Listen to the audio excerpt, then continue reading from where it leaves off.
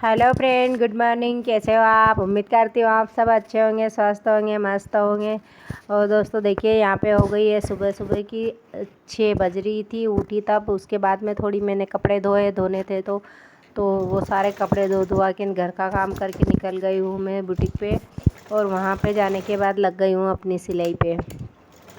तो आज मेरे पास में एक कमेंट आया था कि बोले कि दीदी, मेरे तो घर में मेरा बहुत बुरा हाल है, लेकिन मैं मेरे बच्चों के लिए जी रही हूँ।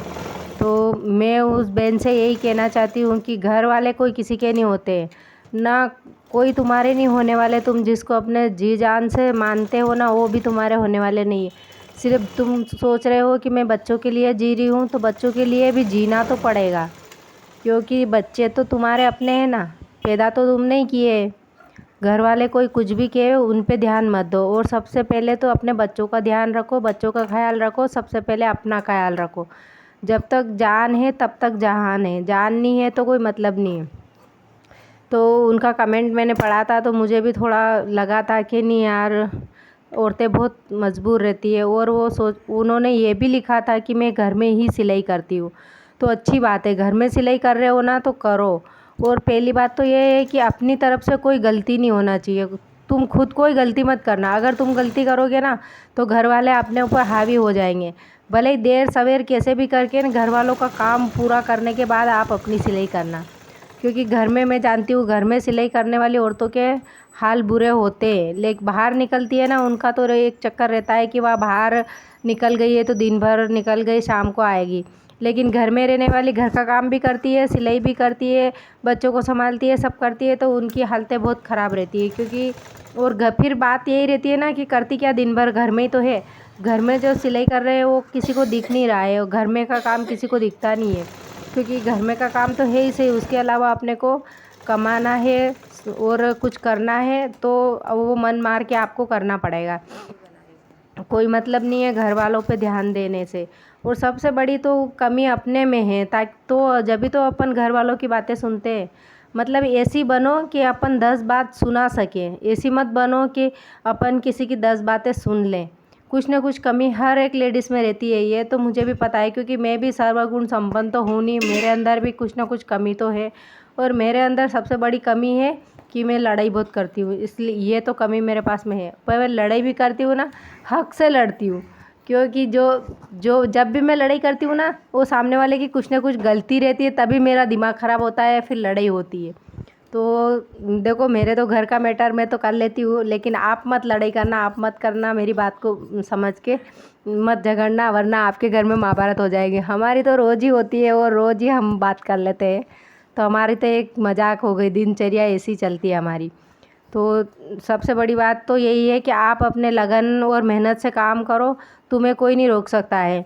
और ये जो तुम सोचते हो ना कि मेरी कोई इज़्ज़त नहीं करता है और मैं दुखी हूँ, तो दुखी तुम हो इसलिए कि तुम्हारे पास पैसे नहीं है। तुम खुद कमाओगे, पैसे रहेगा, कमाओगे, तो तुम्हें कोई कुछ नहीं कहेगा। सबको पता रहेगा कि नहीं यार, ये कमा रही है क्या।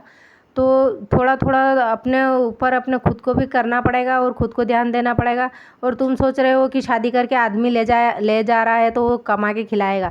ऐसा गए ज़माने पहले वाले आदमी थे ऐसे, जो जैसे तैसे करके कमा के खिलाते थे। आजकल के आदमी तो है ना, अभी तो फिर भी ठीक है, लेकिन आने वाली जनरेशन तो ऐसी है ना कि वो औरतों की कमाई खा रहे हैं, खाएंगे आगे क्या। और औरतें कमाएगा और आदमी घर पे रहेंगे, ऐसा ऐसा मतलब आगे का समय ऐसे ही आने वाला है। तो आप इन बातों पे ध्यान मत दीजिए, आप अपना काम कीजिए, अपने बच्चों को संभालिए, अपना घर परिवार देखिए।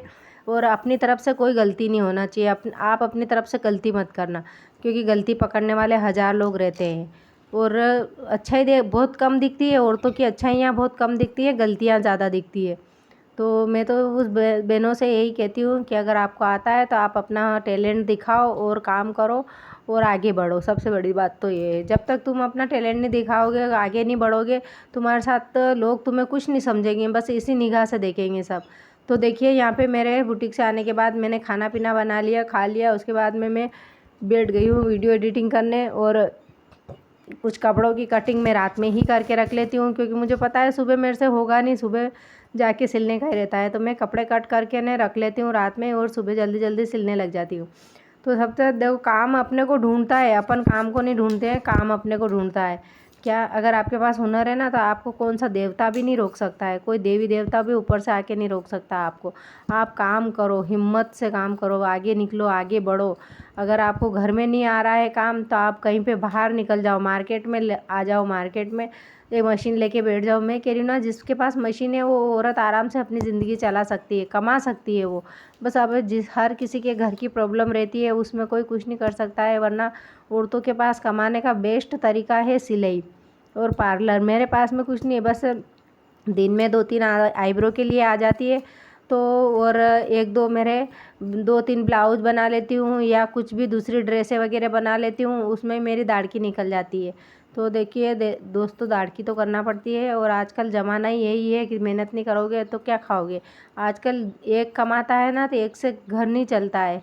आज जितने मेंबर है घर में सबको कमाना पड़ता है, क्योंकि फालतू के फिजूल के खर्चे बहुत ज़्यादा है। इतने खर्चे पहले नहीं थे, अब बहुत ज़्यादा हो गए, क्या और बढ़ते ही जा रहे हैं। तो इन सभी बातों को ध्यान में रखते हुए अपना काम करो और कमा के खाओ, और अपने घर को भी देखो, अपने काम को भी देखो। उसके बाद में देखिए दोस्तों, मेरे कपड़ों की कटिंग हो गई है और मैं ये कपड़े कल सिलूँगी। मिलती हूँ नए वीडियो के साथ, तब तक के लिए बाय, गुड बाय।